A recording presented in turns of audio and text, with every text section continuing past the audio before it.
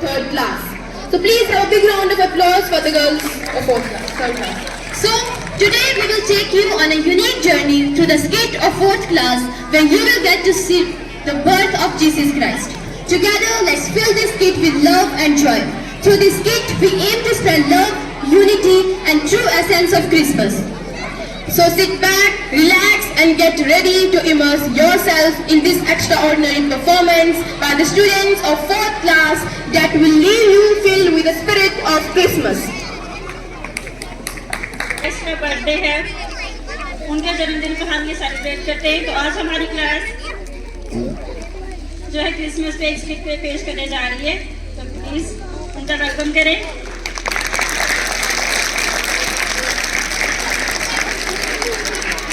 मरियम, बैतलहम के एक शहर, मरियम जो जीसस क्राइस्ट की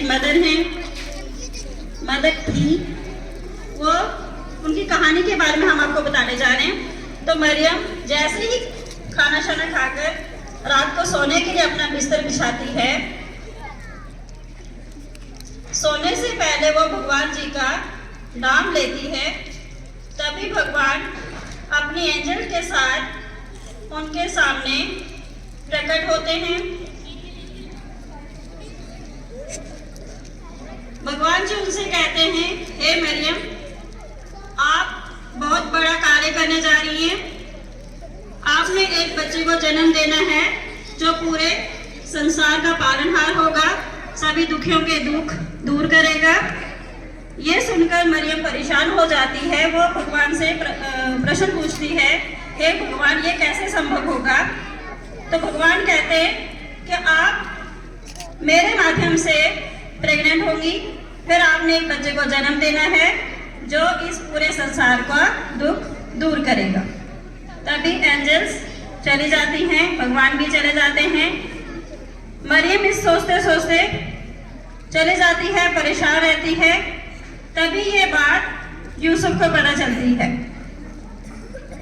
यूसुफ जो मरियम का मंगेतर कह सकते हैं, उसको जब ये बात पता चली तो वो बहुत परेशान हो गया कि ये कैसे हो सकेगा, समाज वाले क्या कहेंगे। तभी मरियम यूसुफ सोचते सोचते सो गया। जैसे ही वो सोया वैसे ही भगवान अपनी एंजल के साथ वहां पे प्रकट हुए। उन्होंने यूसुफ को आशीर्वाद दिया, कहा कि आप भी इस महान कार्य में माध्यम बनेंगे, योगदान देंगे आप भी, और आपने अपने माध्यम से मरियम का पूरा ध्यान रखना है। ये कहकर भगवान वहां से चले गए।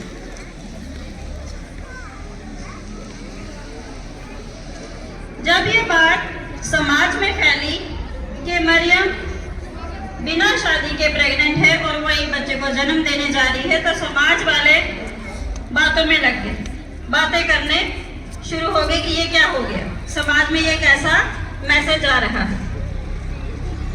तभी यूसुफ और मरियम हजारों मील पैदल यात्रा करने के पश्चात जब वो वहां पर पहुंचे, तब उन्होंने सभी से मदद की गुहार लगाई, हर एक से रहने के लिए स्थान मांगा, पर सभी गांव वासियों ने उनको स्थान नहीं दिया, सभी ने उनको मना कर दिया। तभी वो दोनों घूम फिरकर पैदल चलते चलते एक अस्तबल में पहुंचे। अस्तबल कह सकते हैं या गौशाला कह सकते हैं, जहां पर हम जानवरों को बांधते हैं। वहां पर मरियम ने एक बच्चे को जन्म दिया जो आगे चलकर यीशु मसीह जीसस क्राइस्ट के नाम से प्रसिद्ध हुए। वो सभी दुखियों के पालनहार बने। तो उनको आशीर्वाद देने के लिए जैसे ये गांववासियों को पता चला, वो बड़े खुश हुए, वो नाचते झूमते वहां पर पहुंचे।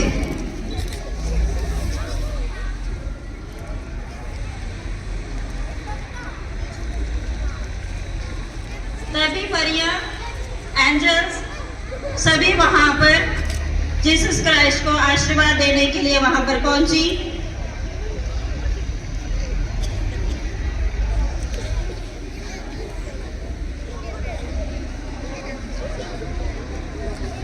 जब राजा को यह बात पता चली कि सभी गांववासी एक ही जगह इकट्ठे हो रहे हैं।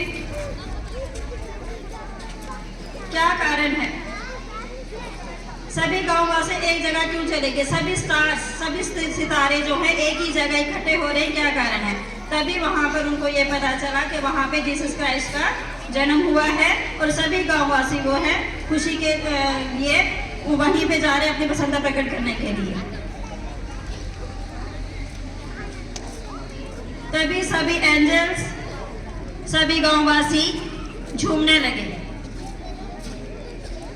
तभी स्टार भी और राजा स्टार का पीछा करते करते वहीं पर आया जहां पर जीसस क्राइस्ट का बर्थ हुआ था।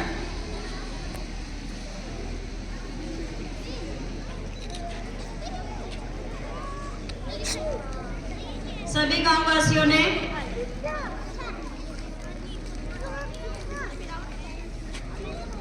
अपने अपने गिफ्ट अपने भगवान जी के आगे रखकर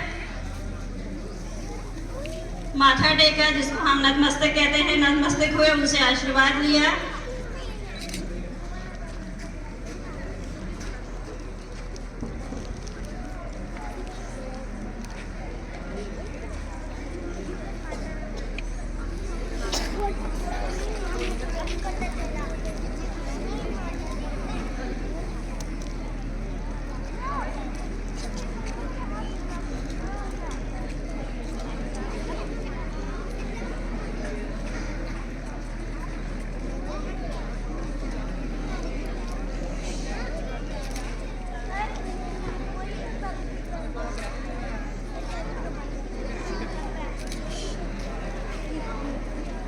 सभी ने इस दिन को मनाने के लिए उनके आगे कैंडल्स जलाई।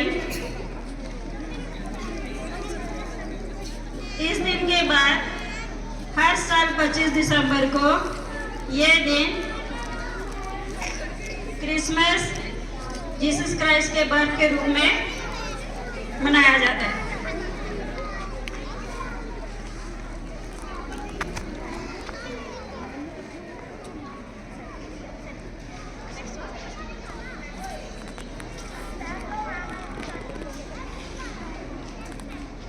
सभी जोरदार तालियां।